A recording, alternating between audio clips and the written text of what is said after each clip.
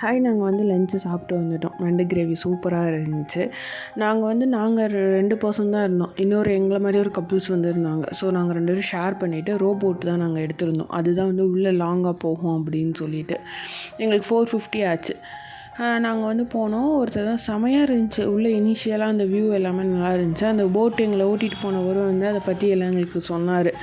Actually பார்த்தீங்கன்னா அந்த போட்டில் ஒரு லிமிட் வரையும் தான் அந்த 450. அதுக்கப்புறம் இன்னர் சைடு போனோம் அப்படின்னு சொல்லியாச்சுன்னா சம் அமௌண்ட் அவங்களுக்கு கொடுக்குற மாதிரி சொன்னாங்க.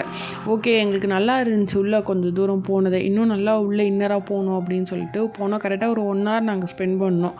எங்களுக்கு அந்த வியூவே ரொம்ப பியூட்டிஃபுல்லாக இருந்துச்சு. அப்புறம் நிறையா பிக்ஸ்னால் நாங்கள் எடுத்தோம், வீடியோஸ்னால் எடுத்திருந்தோம்.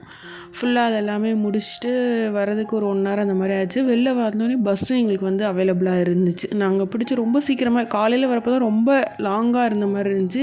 ஆஃப்டர்நூன் முடிச்சு போகிறப்ப எங்களுக்கு ரொம்ப சீக்கிரமாக போன மாதிரி இருந்துச்சு. ஒரு டீ